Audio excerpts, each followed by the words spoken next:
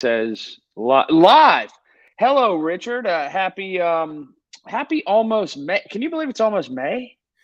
No, it's really insane. But for the NFL draft, I've been so excited and I've been looking forward to it. And I know I jumped ahead, but it's funny. You said we're going to wait till we see the word live. Every time I hear live, I want to finish that by live from New York. Saturday night. Yeah, but I won't do that. So I want to talk. I'd like to talk one thing about something on your Twitter post. Tell me. I want to relive it. You asked a question about Dion. I saw you answer. I saw you. Go ahead. And so, what is your thought on that? You saw my answer. I'm not a fan.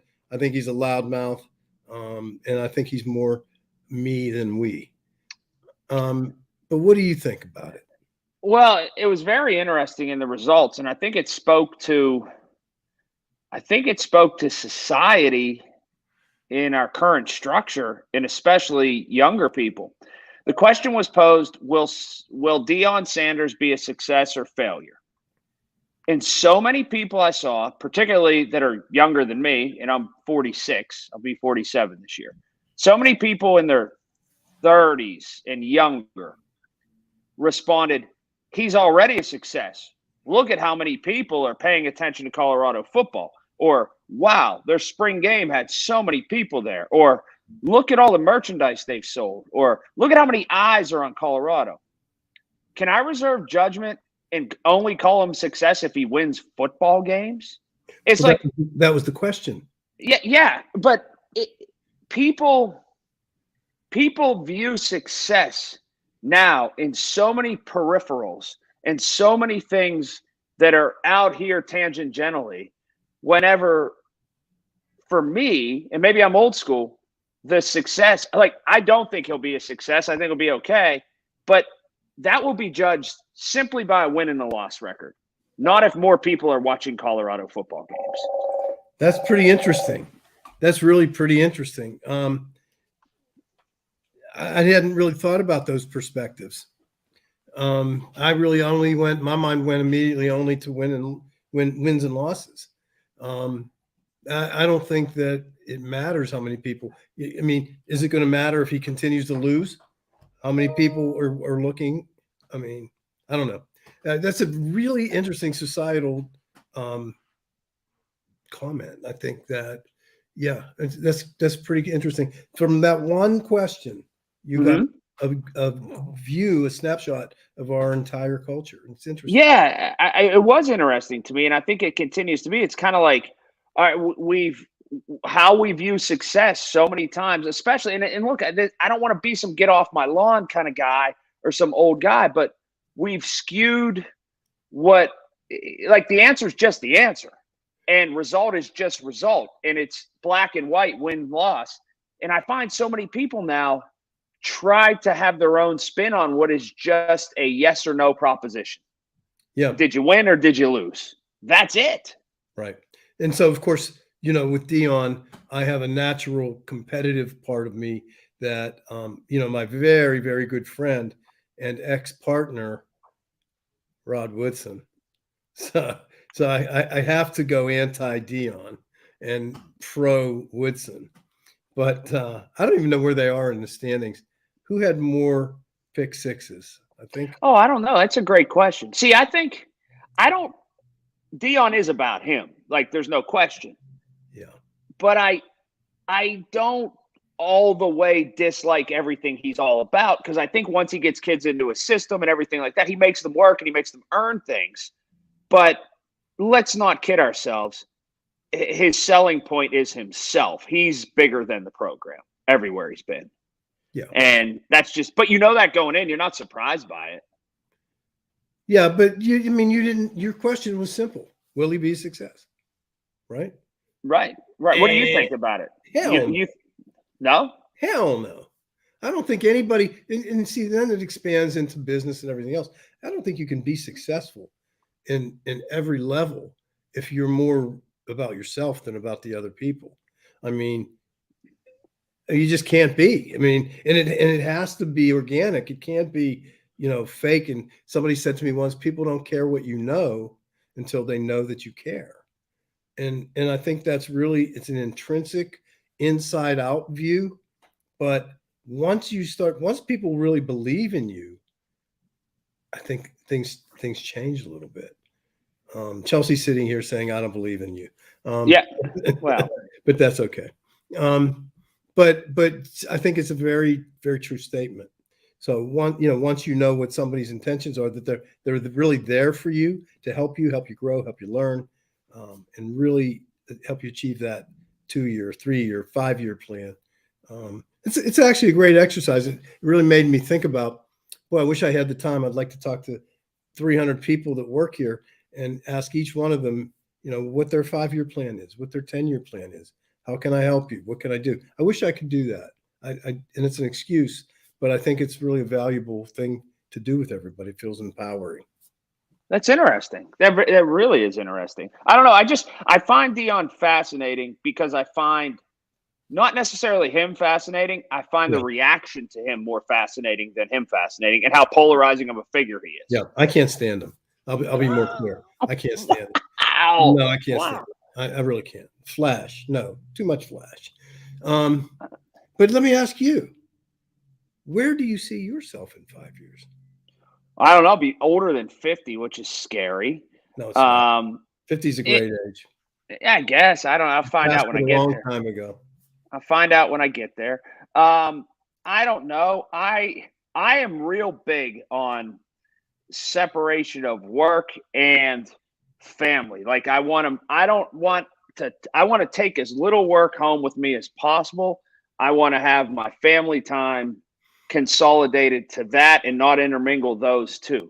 So I just hope I can continue the rest of my life to do that, because I find what's that? That's so interesting. I think, but I know you think you're old, but you're actually younger generation than I am.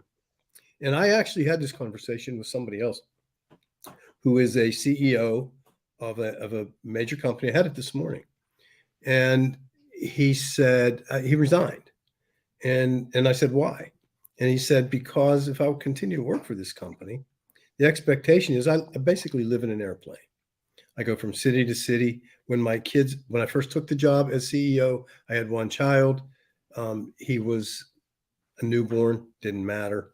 But now I have 2 children, and the demands of time, and I don't want to be a slave to my job. I want to be able to come home and enjoy my family time. He actually resigned without a job to go to.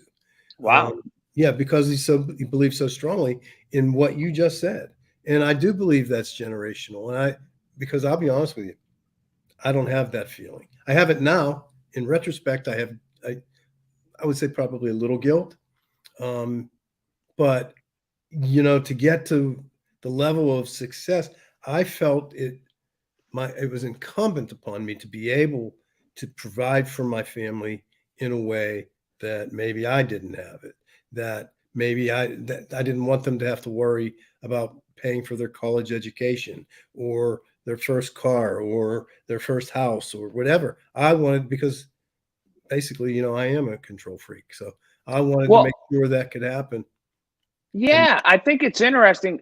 When I work, I'm going to work harder than anybody else. I'm going to give you the most honest day plus that I can give you. Yep. But I find that I'm best positioned to give you the best work if when I'm not working, I'm not working. Yeah, that makes so much sense. I don't practice it. I'm a slave to this every day. I mean, my phone doesn't stop.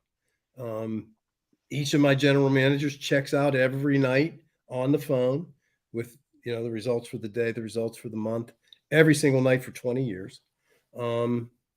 And then it starts from there. If I have a question, we start communicating. Believe me, I probably drive everybody crazy here, but it's the way. Caleb and Chelsea are laughing, and we're not going to like that. That means I drive them crazy. That's okay. Right. Oh yeah, for sure. Okay. Yeah. Okay. But it's hard to get out of the way that you're wired. Yeah, it's interesting. I didn't expect this conversation to go this way, from starting with an innocuous Deion Sanders. But maybe he's wired like that. And that's why it goes this way too. He has to be the center of attention in everything, and he can't step aside and let the players be the attention. But you see, here's the thing, and I might have a little of that. Okay, I might have a little of that. But here's the thing: if he allows the players to be the attention, ultimately he will have the attention, just in a different way. I think he's afraid that it may go south, and thus no. You're right. He might, but he's not willing to take that risk. He's not. He wants it to be about him so that it can be about him if it goes well. That's Yeah, that's a and good point. he could be. Yes. Oh, for sure. This is fascinating to me because it's just, it wasn't some epiphany or anything I realized, but the more you just think about life, it's like, all right, you have a finite amount of time and days and experiences and whatever, and you just can't always keep having them as your identity can't be your work. Your identity has to be as a human. See, I don't know if I believe in that. I might be different than that. It does in some levels.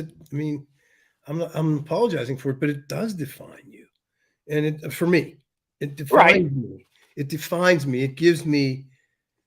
I'm not sure what it gives me, but when I look and see 340 people that are dependent on the fact that I do what I do well enough to be able to give 340 people the security that they deserve also, that's defining to me. But you're different. You're on top of things. I'm just a foot soldier. No, you're not. Actually, you're on top of what you do. I'm on top. I'm not on top of what I do, but I compete at a high level for what I do. But you're on top of what you do. Yours is, well, they're both very measurable, actually. You have ratings, you have all those things that you're very measurable. So I would disagree. You are at the top. And that's why I asked you the 5-year plan, because I want to do another TV, I want to do a show with you. I want to take it nationally and syndicate it. That's what I want to hear. When I say, Colin, what's your 5-year plan? Get gigantic guests, nationally syndicated. We broke the internet when Pat Narduzzi decided to break the internet and tell everybody how much they stunk, which was fantastic. Yes. Then we could do that more. I am offering, and Phil, if you haven't heard this yet, I hope you have, because my future son-in-law was supposed to offer it. And if he didn't, we'll have to kill him too. But Phil Jakovic, we are offering him an NIL deal. And whoa, yeah, we're going to do that. And I don't really believe in that, right? But for Phil, do you know what a wonderful young man this is? Oh, incredible guy from an incredible family. Yeah. His all the way up to his grandmother. They're just incredible people. They really are. That I might have told you before, his brother Sebastian works here also. Right. So, it just further expounds on that whole family concept, because I think he's like one of 5 or 6 kids. So it's just cool. And I kind of feel honored that he would do that with us. I really do. And I feel guilty that I like him so much over Kenny Pickett.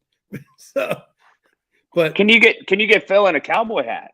I'm going to get Phil in a cowboy hat. Oh, I like it. I like it a lot. Let me ask you about the draft real quick. Oh, no, not particularly. You know what? I'm not. I know enough to be dangerous with what I say. No. I want to ask you philosophically. Are you as interested in this year's draft? Because like last year, you knew they were going to draft a quarterback because they had to, because Ben was gone. Does it feel like it's kind of like ho-hum, whatever happens a lot more? I found that I'm not as interested in this year's draft because a quarterback isn't coming the Steelers' way. Yeah. What if it does? What if it does?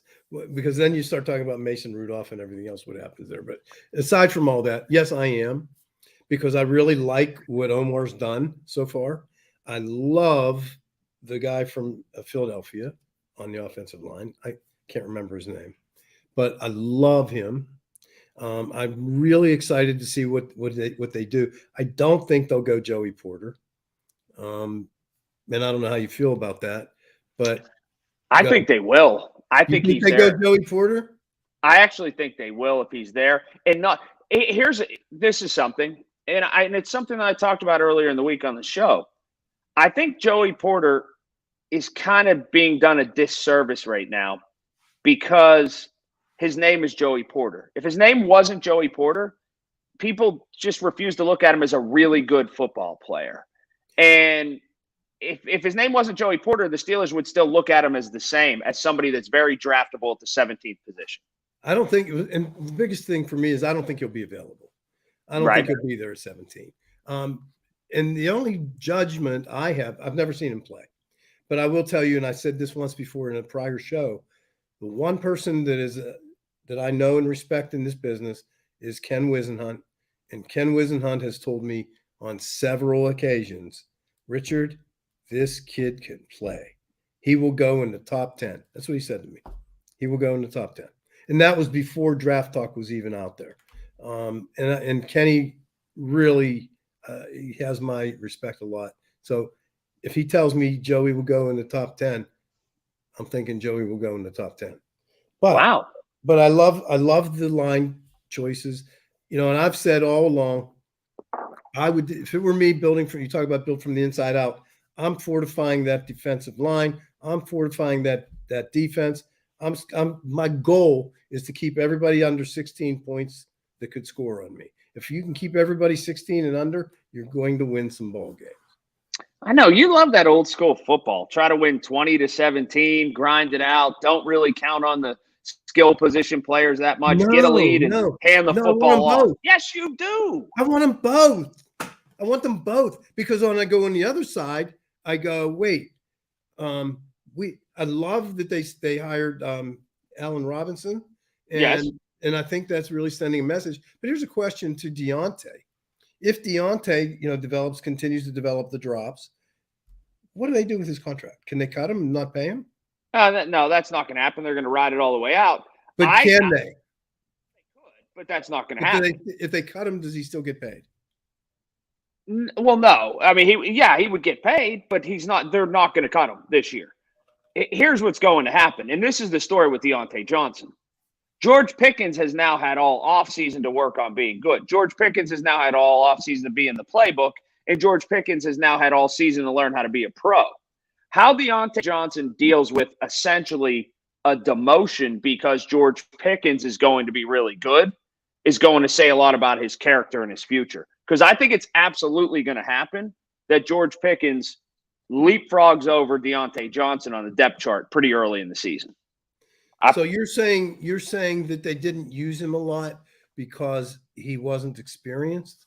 Correct. I'm saying that's absolutely the case. He was new. He was inexperienced. He didn't have to get in the playbook as much as Georgia because he was simply better than a lot of people he went up against. I'm not to say he didn't study the playbook, but now it's different. He was in his first year in the NFL. He was with a rookie quarterback. He came in with a rookie quarterback that didn't play the first couple weeks. There was ebb and flow with who he was dealing with. Now he knows his quarterback. He knows the system. He knows the offensive coordinator. George Pickens is going to go from being somebody who has a lot of hype around him and I wonder what he's going to be. He's going to take off and be one of the top 10 receivers in the NFL this year. Well, that's a pretty bold prediction. I feel it's the case. What do you think about Allen Robinson? I think he is a really good veteran to have around. And what do you think about Kenny Pickett? I think the jury's still out. I think this is a gigantic year for him to figure out the commitment level you want to make to him very long term or not. Well, I see Phil Dracovic available next year in the pro draft. So, do you ever see him throw a ball? How far? Oh, he throws a deep ball as good as anybody that there is. And as far. I mean, I want to say he could throw that ball 60, 65 yards. And he's gigantic. Yeah. He's gigantic. He's not like as big as a refrigerator. He's as big as a refrigerator before they take it out of the box. He's huge. Well, we're going to have him on the show. We're going to offer him the NIL. He hasn't accepted it because I'm not even sure it's been offered yet, but we will be offering it. And I can't wait to we're going to get Narduzzi back on this show. Nice. I think Phil, I'm trying to think. He's probably a big King Ranch kind of guy. Yeah. What was he looking? He was in here looking at. I bet he's a big King Ranch kind of guy.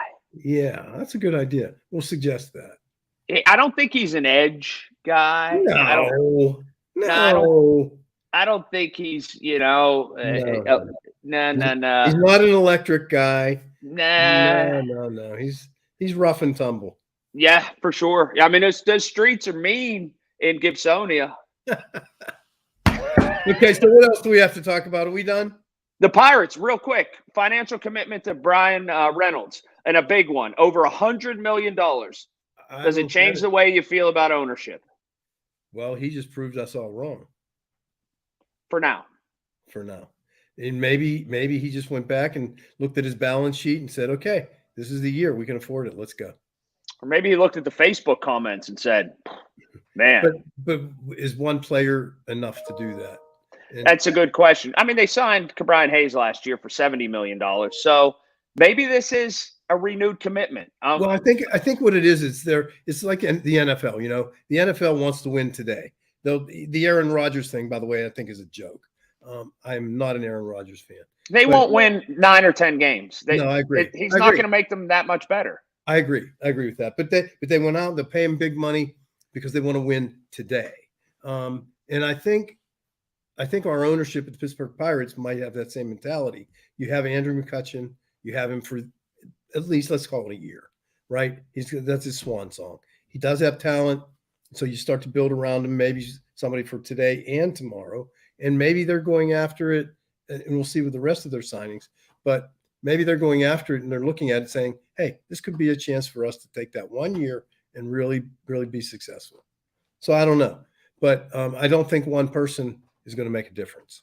I agree with you. Now they have to cultivate pitching and build around it and go from there. All right, Richard. Okay, it's springtime. Beautiful. I'll talk to you soon.